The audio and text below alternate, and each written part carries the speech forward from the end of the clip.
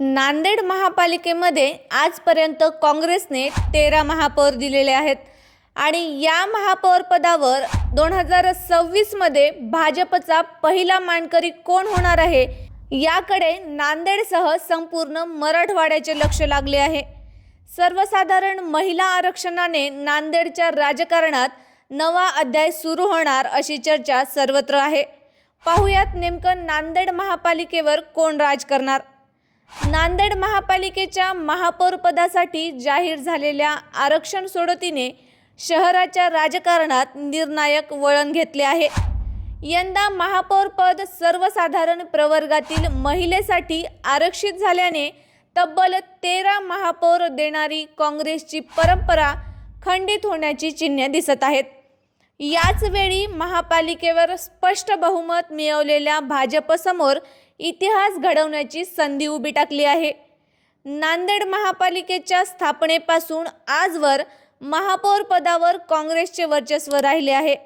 शहराचा राजकीय कणा म्हणून ओळखल्या जाणाऱ्या काँग्रेसने आतापर्यंत 13 महापौर दिले आहेत। मात्र यंदाच्या निवडणुकीत भाजपने स्पष्ट बहुमत मिळवत सत्तेची सूत्रे आपल्या हाती घेतली आहेत। त्यामुळे नांदेडचा पहिला भाजप महापौर कोण होणार हा प्रश्न आता केवळ चर्चेचा नाही तर राजकीय वास्तव बनत चालला आहे। महापौर पद सर्वसाधारण प्रवर्गातील महिलेसाठी राखीव झाल्याने हा निर्णय केवळ राजकीय नाही तर सामाजिकदृष्ट्याही महत्त्वाचा मानला जात आहे आणि त्यामुळे महिला नेतृत्वाला संधी मिळते हे अपेक्षितच असले तरी यंदा भाजपकडे डझनभर महिला नगरसेविका असल्याने पक्षांतर्गत स्पर्धा चांगलीच रंगणार आहे। भाजपच्या डझनभर महिला नगरसेविका महापौर पदासाठी इच्छुक असल्याची चर्चा देखील नांदेडमध्ये चालू आहे। प्रत्येकाकडे स्वतःची ताकद, सामाजिक आधार आणि राजकीय पाठबळ आहे। मात्र अंतिम निर्णय हा केवळ आकड्यांवर नाही तर संघटनात्मक निष्ठा, वरिष्ठ नेत्यांचा विश्वास आणि प्रशासन हाताळण्याची क्षमता यासह आगामी राजकीय समीकरणे यावर ठरणार आहे।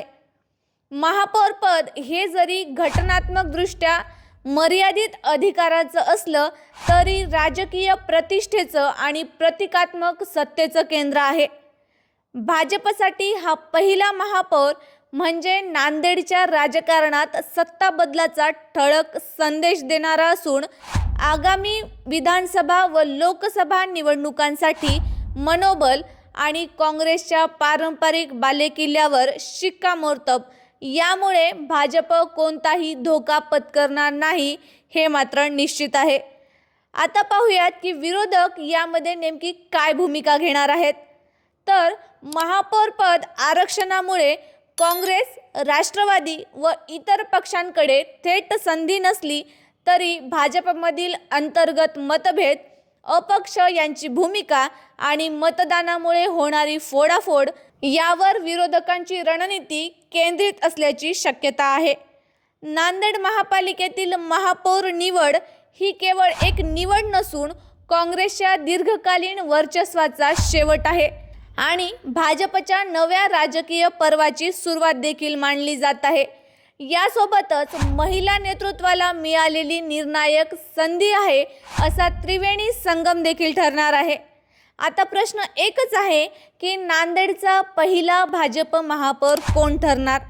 उत्तर लवकरच नांदेडच्या राजकारणाची दिशा ठरवेल आणि आपल्या मनातील देखील महापौर कोण आहे हे आम्हाला कमेंट करून नक्की कळवा। पाहुयात नांदेडच्या महापालिकेवर कोण राज करणार, आम्हाला कमेंट करून नक्की कळवा। तोपर्यंत पाहत रहा राजमुद्रा न्यूज लाईव्ह। धन्यवाद।